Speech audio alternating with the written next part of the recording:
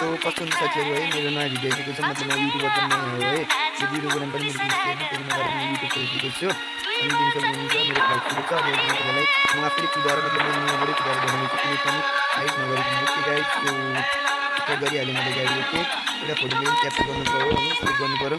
Okay guys, by by, हामी okay अब जाउँ होइन। हामी आज हाम्रो घरको टिम छ। ओके, देख्नुहुन्छ गाडीको यो छ, यो चाहिँ हाम्रो रियली बस होइन, बस मिटरको।